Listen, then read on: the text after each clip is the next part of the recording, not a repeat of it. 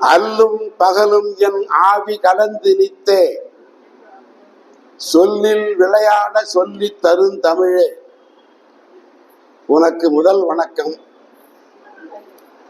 அகர முதல எழுத்தெல்லாம் ஆதி பகவன் முதற்றே உலகு. வணங்குதலுக்கும் பாராட்டுதலுக்கும் உரிய திருச்சிராப்பள்ளி தமிழ்ச்சங்கத்தின் நிறுவனர் பெருமைக்குரிய ஐயா துரைராஜ் ஐயா அவருடைய 116ஆம் ஆண்டு விழாவிலே தமிழ்ச்சங்கத்தின் 70ஆம் ஆண்டு விழாவிலே தலைமையேற்று சிறப்பித்துக் கொண்டிருக்கின்ற பெருமைக்குரிய புலவர் பெருந்தகை வரதராசன் ஐயா அவர்களே, என்னை இந்த மேடையில் இவ்வளவு உயரத்தில் தூக்கி நிறுத்தி வைத்து பெருமை செய்து கொண்டிருக்கின்ற என்னுடைய அன்பிற்கும் என்னுடைய நெஞ்சத்திற்கும் என் நெஞ்சத்திலே உள்ள அடிமனத்திலே உறைந்து கொண்டிருக்கின்ற நன்றி பெருக்கிற்கும் காரணமாக அமைந்திருக்கின்ற பெரியசாமி உதயகுமரன் என்கின்ற பெருமைமிக்க ஐயா அவர்களே, அவளோடு இணைந்து நாளும் நாளும் சங்கத்தை வளர்த்தெடுக்க வேண்டும் என்று எண்ணி எண்ணி சூழ்ந்து சூழ்ந்து ஆய்ந்து ஆய்ந்து திட்டமிட்டு துணையாக இருக்கின்ற அமைச்சர் உள்ளிட்ட அனைத்து பொறுப்பாளர்களே, அனைவருக்கும் என்னுடைய பணிவான வணக்கம். காலம் கருதி சொல்ல வேண்டிய செய்தியை சொல்ல வேண்டியிருப்பதனாலே முன்னாலே அமர்ந்திருக்கின்ற என்னை பலவாறு பரிவுபடுத்தி விருதளித்திருக்கின்ற அமைப்புகள், சான்றோர்கள், பெரியோர்கள், உள்ளூர் வெளியூர் அன்பர்கள் அனைவரும் நிறைந்திருக்கின்ற இந்த அவைக்கு முன்னாலே சூழ்ந்திருக்கின்ற அத்தனை பேருக்கு இவருடைய நெஞ்சம் நிறைந்த வணக்கம். பூவை என்றால் அது தாமரையைத்தான் குறிக்கும், புனல் என்றால் அது காவிரி நீரைத்தான் குறிக்கும், பா என்றால் அது வெண்பாவைத்தான் குறிக்கும், பழம் என்றால் அது மாம்பழத்தை குறிக்கும், தேர் என்றால் திருவாரூர் தேர்தான், தேன் என்றால் மலைத்தேன் தான், ஊர் என்றால் உறையூர் தான். ஆனால் உயர்ந்த தமிழ் சங்கம் என்றால் தமிழகத்திலே திருச்சிராப்பள்ளி தமிழ்ச்சங்கம் தான் என்பதை நெஞ்சம் குளிர உள்ளத்தின் அடித்தளத்தில் இருந்து நான் ஓங்கி உயர்ந்த தமிழால் உரைக்கின்றேன். அன்பிற்கினிய பெரியோர்களே, கடமை வீரர் கண் கொடுத்த கல்வி கண் கொடுத்த கடமை வீரர் காமராஜ் ஐயாவுடைய கவினார்ந்த ஆணையினாலே உருவாக்கப்பட்ட இந்த தமிழ்ச்சங்கம் 70 ஆண்டுகளை கடந்து ஓங்கி உயர்ந்து ஆலமரமாக காட்சியளிக்கிறது. இந்த ஆலமரத்தினுடைய விடுதுகளாக பல இருந்திருக்கின்றன. இதனை ஆளுமை செய்த அத்தனை சான்றோர்கள் படங்கள் எல்லாம் இருக்கின்றன. இன்றைக்கு உள்முகமாக இருக்கிறது. அவர்கள் வழிகாட்டு அடிப்படையிலே தொடங்கப்பட்ட அந்த சங்கத்தை கட்டிக்காக்க வேண்டும், சிறப்பிக்க வேண்டும், உயர்த்த வேண்டும் என்றெல்லாம் எண்ணி எண்ணி பார்த்து அதனை பொறுமையோடு திட்டமிட்டு செய்கின்ற அந்த நெஞ்சங்களை நான் நெஞ்சார பாராட்டுகிறேன். பெரியோர்களே, தமிழ் சங்கம் என்றால் நம்முடைய தமிழக வரலாற்றிலே எத்தனையோ சங்கங்கள் இருந்திருக்கின்றன. அவற்றை காலம் கருதி உங்களுக்கு நினைவூட்டக் கொள்கிறேன். பகுருளி ஆற்றங்கரையிலே விளங்கியது ஒரு தமிழ்ச்சங்கம், மகேந்திர மலையிலே விளங்கியது ஒரு தமிழ்ச்சங்கம், பொதிகை மலையிலே விளங்கியது ஒரு தமிழ்ச்சங்கம், குன்றிலாடும் குமரவேலிலே தமிழ்ச்சங்கமாக விளங்கி இருக்கிறது, முதுகுழுமி பெருவெளி தமிழ்ச்சங்கம் ஒன்று இருக்கிறது, வச்சிரநந்தி தமிழ்ச்சங்கம் ஒன்று இருக்கிறது, குமரி ஆற்றிலே காய்ச்சல வணிதி முதல் கடுங்கோன் வரை பாண்டிய மன்னர்களால் தலைச்சங்கம் என்று போற்றப்பட்ட முதல் சங்கம் விளங்கி இருக்கிறது. அதற்கு பின்னாலே பொருளையாற்று முகப்பிலே கபாலபுரம் என்ற இடத்திலே வெண்டேர் செழியன் வேட்கை முடித்தவன் திருமாறன் வரை ஆண்ட 2ஆம் தமிழ்ச்சங்கம் இருந்திருக்கிறது. 3ஆம் தமிழ்ச்சங்கமாக நான்மாடல் கூட என்று சொல்லக்கூடிய மதுரையிலே முடத்திருமாறன் 3ஆம் முடத்திருமான் முதல் உக்கரப் பெருவழி வரை இருந்த மாமன்னர்களால், இன்னும் சொல்ல போனால் இறைவனே முன் இருந்து ஆட்சி செய்த இறையனாராக இருந்த அத்தனை தமிழ்ச்சங்கம் மதுரையில் இருந்திருக்கிறது. அதற்கு பின்னாலே 4ஆம் தமிழ்ச்சங்கம் என்று போற்றப்பட்ட பாண்டித்துறை வள்ளல் அவர்களால் மதுரையிலே தொடங்கப்பட்டது.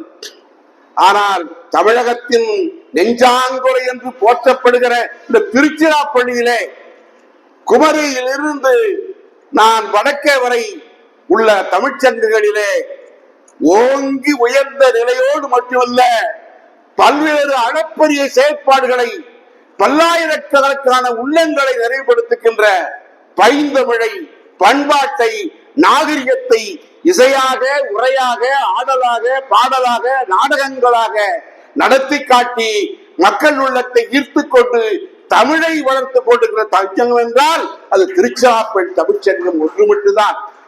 எல்லா சங்கங்களும் திருச்சிராப்பள்ளியில் சிறப்பாக செயல்பட்டுக் கொண்டிருக்கின்றன. ஆனால் அவற்றுக்கு மூலமாகவும் முதலாகவும் வழிகாட்டியாக விளங்கும் இந்த சங்கம். இந்த சங்கத்தை ஆட்சி செய்கிற உதயகுமார் அவர்கள் பல்வேறு முன்னாலே தனக்கு ஆழ்வு செய்த அந்த சான்றோர் வழியை பின்பற்றி இவர்கள் கட்டி காத்த சங்கத்தை இன்னும் எப்படி சிறப்பிக்கலாம் என்ற எண்ணத்தை நெஞ்சிலே கொண்டிருந்ததால்தான் எத்தனையோ அறிஞர்கள் பெற்றிருக்கார்கள் இந்த விருதினை. ஆனால் எளியன் எங்கோ நான் மணப்பாறையில் இருப்பவன், எனக்கு தேடி தேடி இவர்கள் கொடுத்திருக்காங்க என்றால் என் நெஞ்சம் என்னாலே சொல்ல முடியவில்லை. உள்ளத்தால் நின்று மன்றிப்பெருக்கு உரைக்கின்றேன். ஏனென்றால் 1967 முதல் தமிழே குறி குரலே நெறி என்ற 2 கொள்கைகளை வைத்துக் கொண்டு தடம் புரளாமல் தடுமாறாமல் எத்தனை இடர்பாட்டுகளை தாண்டி, எத்தனை சிக்கலை எல்லாம் தாண்டி மணப்பாறையிலே 1978 முதல் தொடர்ந்து 48 ஆண்டுகள் திருக்குறளை இளம் உள்ளங்களிடத்திலும் பெரியோர்களிடத்திலும் தூண்டலாக கொண்டு சேர்த்த ஒரு சில பெருமைக்குரியவன் தான். அறைகளிலே திருக்குறளை பேசி 4 சுவர்கள் மத்தியிலே திருக்குறளை சொல்லி சொல்லி பயனில்லை. திருக்குறள் தொடங்கி 2000 ஆண்டுகள் ஆகிவிட்டது. 16ஆம் நூற்றாண்டிலே தொடங்கிய கலிலி என்பவன் உலகம் சுற்றுகிறது என்ற உண்மையை கண்டறிந்தார். ஆனால் 2000 ஆண்டுகளுக்கு முன்னாலே இந்த உலகம் சுற்றுகிறது என்கிற உண்மையை கண்டறிந்தவன் யார் தெரியுமா? அவர்தான் திருவள்ளுவர் ஐயா அவர்கள். நம்முடைய நீலகண்டன் அருமையான உரை, சால சால போற்றக்கூடிய நீளமான உரை, ஆழமான உரை, தத்துவ உரை, செம்மாந்த உரை, இயற்கையுடைய இந்த வாழ்வியல் உரை அருமையாக வரைத்து காட்டினார்கள். அதிலே உழவையெல்லாம் பெருமைப்படுத்துகிறார்கள். திருவள்ளுவர் சொல்லுகிறார், சுழன்றும் ஏற்பெண்ணது உலகம் அதனால் உழன்றும் உழவே தலை என்கிற உழவு சிறப்பை சொல்லக்கூடிய உப்பில்லாத திருக்குறள். அதிலே நீங்கள் பார்க்கலாம், உலகம் சுற்றுகிறது, அது தன்னைத்தான் மட்டுமல்ல சுழன்று சுற்றுகிறது. கதிரவனை சுற்றுகிறாய், எல்லா கோள்களும் ஒரு முறைதான் கதிரவனை சுற்றும். ஆனால் உலகம் இருக்கிறதே தன்னையும் சுற்றி கொண்டு உலகத்தையும் சேர்ந்து சுற்றுகிறதாம். அது எதை போல? உழவன் வயலே உழுகிறான், சுழன்று சுழன்று உழுகுகிறான். சுழன்று சுழன்று உழுகிறவன் உலகத்தை போல சுற்றுகிறான் என்கிற கருத்தை வைத்தான். உழுகு என்றால் சுழலுதல் என்று பொருள். எனவே உலகம் சுழல்கிறது என்கிற செய்தியை முதலாக 2000 ஆண்டுகளுக்கு முன்னாலே தொலைநோக்காக சொன்னவன் திருவள்ளுவர் பெருந்தகை. இது மட்டுமல்ல, வாழ்வியல் நுட்பங்களை மிக எளிமையாக அடுத்து வர தலைமுறைகள் எல்லாம் தெரிந்து கொள்ள வேண்டும் என்ற ஆர்வப்பெருக்கிறே 1330 அருங்குறட்பாக்கள் எடுத்து விட்ட செய்திகள் ஒன்றல்ல இரண்டல்ல. அவற்றையெல்லாம் விரித்தின் காலம் பெருகும். நீங்கள் எல்லாம் அறிந்தவர்கள், அத்தனை சார்ந்தவர்கள், பெரியவர்கள். உங்களுக்கு முன்னாலே அவற்றை விரித்துரைக்க விரும்பவில்லை. அந்த திருக்குறள் இன்னும் மக்களிடம் போய் சேரவில்லை. அடித்தளத்து மக்களுக்கு இல்லை, விளிம்பிரலை மக்களிட சென்று செல்லவில்லை என்ற ஏக்க பெருமூச்சோடைதான் இளமை காலத்தில் இருந்து திருக்குறளை கற்று அதனை எப்படியாவது ஒரு குரலாவது அவர்கள் உள்ளத்தில் சேர்க்க மாட்டாமா, தெரிந்து கொள்ள மாட்டார்கள் என்று நான் சொன்னேன். இன்றைக்கு கூட திருக்குறள் நறுக்குகளை கொண்டு வந்து அனைக்கும் கொடுக்க சொன்னேன். கொஞ்சம் காலத்தாழ்த்தி கொடுங்கள் என்று சொல்லிவிட்டார்கள். எல்லோரும் மாணவர்களுக்கு திருக்குறள் நறுக்கை கொடுப்பேன். ஒரு குறள், அதன் கீழே பொருள், இதை படித்தால் உனக்கு 1 ரூபாய் தருகிறேன் என்று 30 ஆண்டுகளுக்கு முன்பு இருந்தே நான் சொல்லி வழங்கி வந்தேன். இளைஞர்களுக்கு என் கல்வி அதிகாரியாக இருந்த பொழுது முதலிலே வகுப்பிலே பாடம் நடத்துகிற பொழுது, ஆய்வு நடத்துகிற பொழுது முதலே ஒரு குறளை சொல், உனக்கு 1 ரூபாய் தருகிறேன் என்று சொன்ன பிறகுதான் பாடத்தை நடத்துவேன், ஆய்வு செய்வேன். அப்படி எல்லா இடங்களிலும் உள்ள தமிழகம் மட்டுமல்ல, அயலகம் மட்டுமல்ல, கல்கத்தா, தில்லி, இங்கே குமரி முனையிலிருந்து எல்லா மாநிலங்களுக்கும் சென்றிருக்கிறேன். பெங்களூரு தமிழ்ச்சங்கம் மிகப்பெரிய தமிழ்ச்சங்கங்களை போல கட்டடம், விரிவான கட்டடம், அந்த கட்டடத்தில் இருந்து நான் பேசியிருக்கிறேன். கல்கத்தா தமிழ்ச்சங்கத்தில் இப்ப பேசியிருக்கிறேன். எத்தனையோ தமிழ்ச்சங்கங்கள் தமிழகம் மட்டுமல்ல, மலேயா, சிங்கப்பூர், யாழ்ப்பாணம், கொழும்பு தமிழ்ச்சங்கத்திலே, மாலத்தீவில் உலக பரந்த உலக அந்த பெரிய கல்கடலை நான் கலந்து கொண்டு பேசியிருக்கிறேன். திருக்குறளைத்தான் அவர்கள் சொல்லுகிற பொழுதெல்லாம் பார்த்துவிட்டு அந்த நாட்டு முதல்வர் என்னை பார்த்து எனக்கு என்ன பேசுகிறேன் என்று தெரியவில்லை என்று ஒரு 600 அன்பரை மொழிபெயர்க்க வைத்து அதை தெரிந்து கொண்டு என்னை கட்டிப்பிடித்தார்.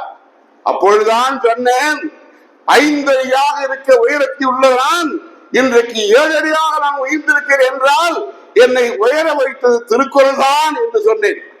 உலக மாந்தர்களே, திருக்குறள் 7 என்று ஏன் எழுத்தில் அமைக்கப்பட்டது என்றால், மக்களே நீங்கள் எழுங்கள், எழுங்கள், எண்ணி எண்ணி எழுங்கள், எழுந்து எழுந்து பாருங்கள், மேல் நோக்கி செல்லுங்கள் என்று சொல்வதற்காக எழுசீரால் படைக்கப்பட்டது தான் திருக்குறள். அந்த திருக்குறளை வாழ்வியல் நூலாக, வழிகாட்டு நூலாக, சட்ட நூலாக, அறநூலாக, பொதுமை நூலாக, சமத்துவ நூலாக ஆக்கி காட்டுங்கள், வன்மத்தை வாழ்வியலாக்குங்கள் என்று சொன்ன சின்ன சின்ன தொண்டின் அடையாளம் தான் இன்றைக்கு விருதாக மலர்ந்திருக்கிறது. இந்த விருதுக்கு முழுதுக்கு நான் சொந்தக்காரன் அல்லன். என்னை வழிப்படுத்திய திருக்குறள் திருவள்ளுவர் பெருந்தகைக்கும் என்னை ஆற்றுப்படுத்திய அன்னை தமிழனுக்கும் நான் காணிக்கையாக்குகிறேன். நான் ஒரு பெரிய தொண்டல்ல, என்னை விட மிகச்சிறந்த தொண்டு செய்த பேரறிஞ ஆளுமைகள் எல்லாம் இருக்கார்கள், நூல் வல்லுநர் இருக்கார்கள், ஆய்வாளர் இருக்கார்கள். ஆனால் அவர்களை நான் சிறு புல். அப்படிப்பட்ட இளங்குமனாரே தன்னை ஒரு புல் என்றுதான் சொன்னார். அந்த புல்லிலே 2 பக்கம் என்று படித்திருக்கிறார். இதை போல எத்தனையோ அறிஞர்கள் அந்த வாழ்த்து முழக்கம். பாவாளரான் எனக்கு நாவை சுமந்து பேர் சொல்கிறார் திருச்சிராப்பள்ளியிலே. முத்தமிழ் காவலர் தான் இவருடைய 94 அகவையிலே திருக்குறள் என்ற இல்லத்தை திறந்து வைத்தார். மிகப்பெரிய குன்றக்குடி அடிகளார் போன்ற பெரியவர்கள், சுரதா போன்றவர்கள், பாவாளர் போன்றவர்கள், பாவலர் பெருஞ்சித்தார் போன்றவர்கள், மிகப்பெரிய தமிழர்கள் போன்றவர்கள் எல்லாம் என்னுடைய சின்ன சின்ன செயலை தட்டி கொடுத்து ஊக்குவித்தார்கள். அந்த தட்டுதல் நேரடியாக என்னை வளர்க்கிறது. இன்றைக்கு அவர் கொடுத்தது நான் பெரிய செயல் செய்தேன் என்பதற்காக, இன்னும் சரியாக செய். 81 அகவை ஆனாலும், நடை தள்ளாடினாலும், உன் உடை தள்ளாடினாலும், ஒரு கால் தள்ளானாலும் கருத்து தள்ளாடாமல் செய் என்று தூண்டி விடுகிற தூண்டலாக கருதுகிறேன். இந்த தூண்டலுக்கு வழிகாட்டிய இந்த பெருந்தைக்கு என் குடும்பத்தோடு, திருக்குறள் இல்லத்தோடு, என்னை சார்ந்த சுற்றத்தோடு, நட்பினர்களோடு என்னைக்கு ஆற்றுப்படுத்திய பெருமைப்படுத்திய எத்தனை சங்கங்கள் பெயரை சொன்னால் வருத்தம் வந்துவிடும். அத்தனை சங்கங்கள் நான் நடத்தி வைத்த தமிழ் திருமணங்கள் 165 திருமணங்கள், தமிழ்நெறி திருமணங்கள். அவர்களெல்லாம் மங்களமாக மகிழ்ச்சியாக இருக்கிறார்கள். காரணம் திருக்குறள். மங்களம் என்ற மனைமாட்சி மற்றதன் நங்கல நன்மக்கள் பேரு என்று மங்களாய் சொல்லி மங்களம் ஏற்றுங்கள் என்று சொல்லுவேன். எல்லோரும் வியந்து வியந்து பார்ப்பார்கள். எனவே இப்படி பல வகையால் என்னால் இயன்றவரை செய்கிற தொண்டிற்கு அடையாளம் என்னை தட்டி கொடுப்பதாக, இன்னும் கூர்திட்டுவதாக, வைரத்தை பட்டை செட்டுவதாக நான் எண்ணிக்கொள்கிறேன். நான் தொண்டு இதை போல உங்களுக்கு நன்றி உடையவனாக, காலம் முழுதும் தமிழ் சக்கரத்தை போற்றுவனாக வாழ்வேன். உங்கள் தொண்டு தொடரட்டும், 1000 காலமாக வளரட்டும். ஆள்போல் கழைத்து அருகுபோல் வேறு ஒன்றி நின்று நிலைத்து வாழ்க வாழ்க என்று சொல்லும் முன் அன்பு கூர்ந்து உங்களுக்கு ஒன்று வேண்டுகிறேன். அன்பு கூர்ந்து எழுந்து நின்று திருச்சிராப்பள்ளி தமிழ்ச்சங்கம் வாழ்க என்று சொல்லுவேன். நீங்க எல்லோரும் அனைத்துமாறு அன்பு கூர்ந்து ஐயா நாகப்ப ஐயா மெல்ல மெல்ல அழுகால் பணிவுக்கு நன்றி ஐயா. திருச்சிராப்பள்ளி தமிழ்ச்சங்கம் திருச்சிராப்பள்ளி தமிழ்ச்சங்கம், திருச்சிராப்பள்ளி தமிழ்ச்சங்கம் வாழ்க வாழ்க, பல்லாண்டு பல்லாண்டு வாழ்க.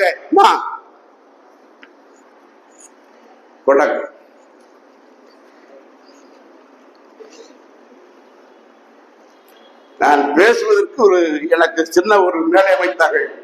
அண்ணா அப்படித்தான் மேடையில் ஏறி முகம் தெரியாமல் ஒரு பேடை பதிவிட்டார். ஒரு தம்பி இப்படி இப்படி பழகத்தை உறுதியாக வைத்தார். அப்ப சொன்னார், என்னை உயரத்தில் ஏற்றி வைத்தது தம்பி தான் என்று சொன்னார்கள்.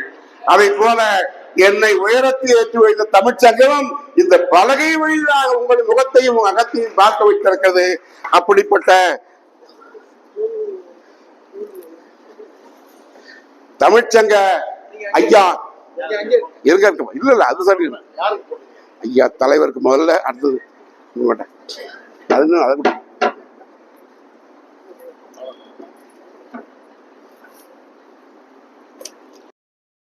முதல் மதிப்பு கொடுக்க வேண்டும். வாழ்க வாழ்க, பல்லாண்டு பல்லாண்டு பல்லாயிரம் தமிழ் வாழ்க.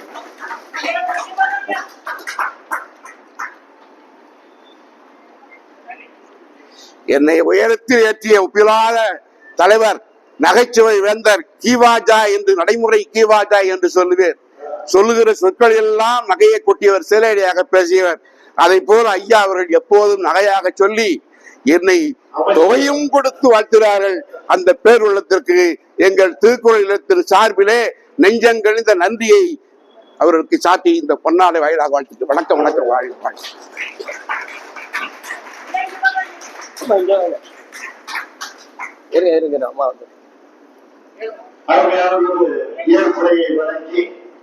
சங்கங்களின் வரலாற்றை எல்லாம் தொகுத்து கூறி திருச்சிராப்பள்ளி தமிழ்ச்சங்கம் எப்படியெல்லாம் சிறப்பாக நடைபெற்றுக் கொண்டது